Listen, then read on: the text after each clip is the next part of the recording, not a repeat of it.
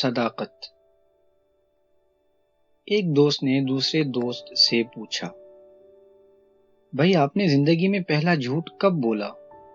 دوست نے جواب دیا، جس دن میں نے یہ اعلان کیا کہ میں ہمیشہ سچ بولتا ہوں۔ سچ اور جھوٹ ہماری زندگی میں کچھ اس طرح شیر و شکر ہو گئے ہیں کہ ان کو جدا کرنا مشکل سا ہے۔ کاذب ماحول میں صادق کی زندگی ایک کربلا سے کم نہیں۔ ایک شیخ نے اپنے مرید کو خرقہ خلافت عطا کیا اور اسے کسی بستی میں تبلیغ کے لیے بھیج دیا۔ کچھ عرصہ بعد شیخ کو اطلاع ملی کہ ان کا مرید بڑا کامیاب ہے، سب لوگ اس سے خوش ہیں۔ شیخ نے مرید کو طلب کیا اور کہا کہ خرقہ خلافت واپس کرے۔ مرید نے شیخ سے ناراضگی کا سبب دریافت کیا۔ شیخ نے کہا، سنا ہے کہ سب لوگ تجھ سے خوش ہیں۔ مرید نے کہا، آپ کی مہربانی ہے۔ شیخ نے غصے سے کہا، سب لوگوں کا خوش ہونا اس بات کا ثبوت ہے کہ تم نے سچ بولنا چھوڑ دیا ہے۔ سچ اور جھوٹ کی شناخت ہر انسان کو یکساں میسر نہیں ہوتی۔ ایسا ممکن ہے کہ دو انسان اپنی اپنی صداقت کے ذیم میں ایک دوسرے سے دست و گریباں ہوں۔ ایک انسان کا انداز فکر دوسرے انسان کے انداز فکر کے برابر نہیں ہوتا۔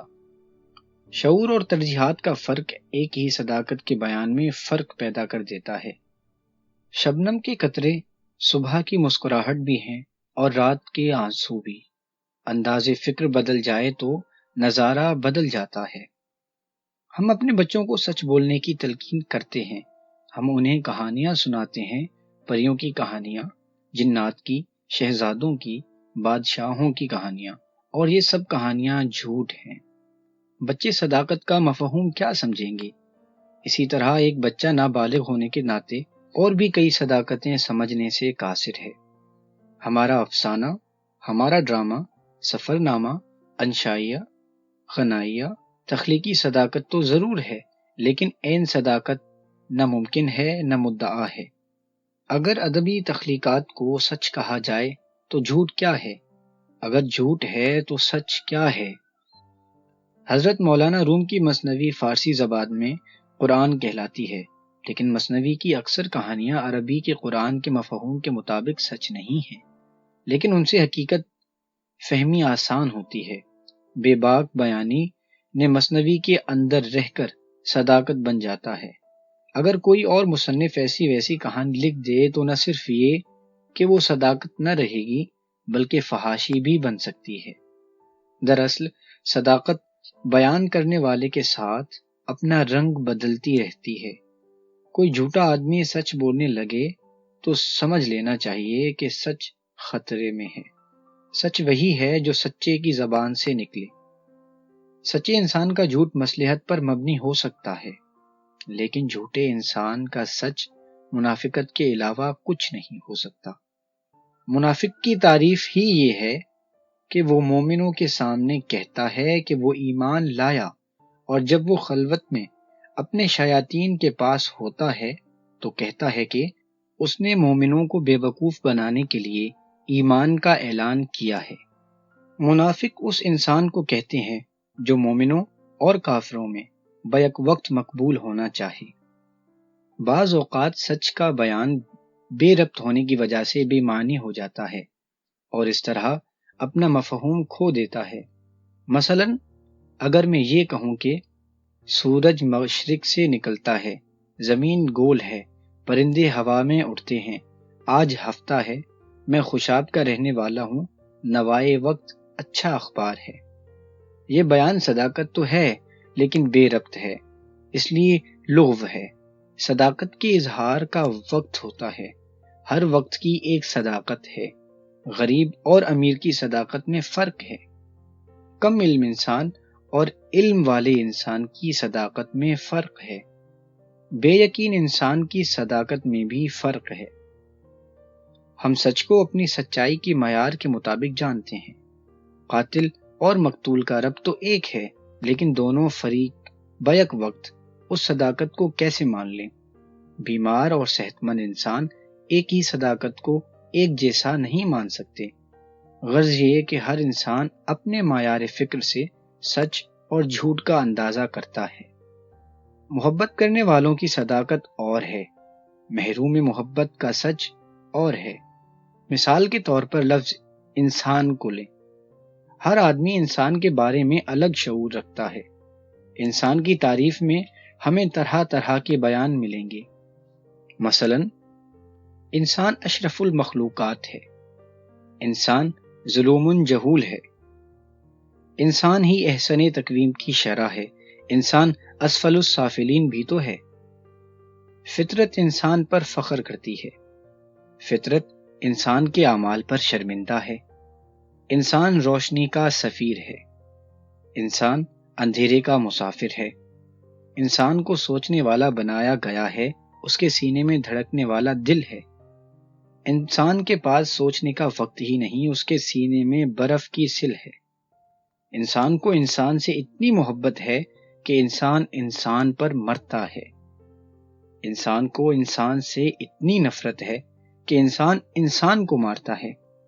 انسان رحمان کا مظہر ہے، انسان شیطان کا پیروکار ہے۔ انسان فطرت کے ہر راز سے باخبر ہے۔ انسان کی خاطر اللہ نے شیطان کو دور کر دیا، شیطان کی خاطر انسان اللہ سے دور ہو گیا۔ انسان کو اس کے عمل اور ارادے میں آزاد رہنے دیا گیا، انسان کے عمل پر جبر کے پہرے بٹھا دیے گئے۔ انسان کو اللہ نے آزادی دی، بادشاہت دی، عزت دی۔ انسان کو کس نے مجبوری دی، غلامی دی، ذلت دی؟ انسان حیا کا پیکر ہے، انسان لطافتوں کا مرقع ہے، انسان جنسیات کے تابع ہے، انسان معاشیات سے مجبور ہے، انسان سماج بناتا ہے، انسان سماج شکن ہے، انسان صلح کا خوگر ہے، انسان جنگ و جدال کا شائق ہے۔ انسان کو علم ملا، زندگی ملی، انسان کو جہالت ملی، موت ملی۔ انسان دنیا میں بہت کچھ کھوتا ہے، بہت کچھ پاتا ہے۔ انسان نہ کچھ کھوتا ہے نہ کچھ پاتا ہے، وہ صرف آتا ہے اور جاتا ہے۔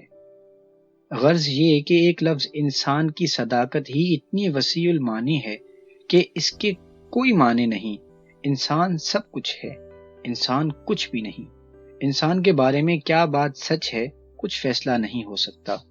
انسان اپنے عقیدے کو سچ اور دوسروں کے عقائد کو جھوٹ کہتا ہے۔ ہم اپنے وطن کی خاطر مر جائیں تو شہید، دشمن اپنے وطن کی خاطر مر مٹے تو واصل بجہنم۔ ہم یہ نہیں سوچ سکتے کہ دوسروں کا عقیدہ ان کے لیے اتنا ہی واجب الاحترام ہے جتنا ہمارے لیے ہمارا عقیدہ۔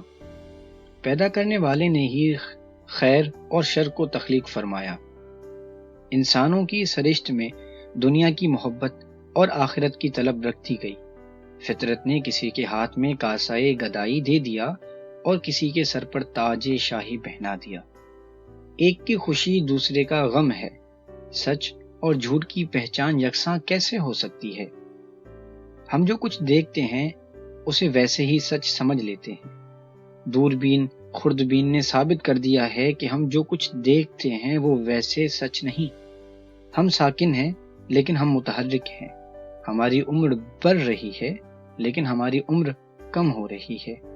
یہ سچ ہے کہ سائنس نے انسان کو آسائشیں دی ہیں، انسان کو تحفظ دیا ہے، انسان کو زمین سے اٹھا کر آسمان تک پہنچا دیا ہے، لیکن یہ بھی تو سچ ہے کہ سائنس نے انسان کا جینا حرام کر دیا، انسان کو غیر محفوظ بنا دیا۔ انسان کا آسمانی سفر زمین پر آگ برسانے کے لیے ہو رہا ہے۔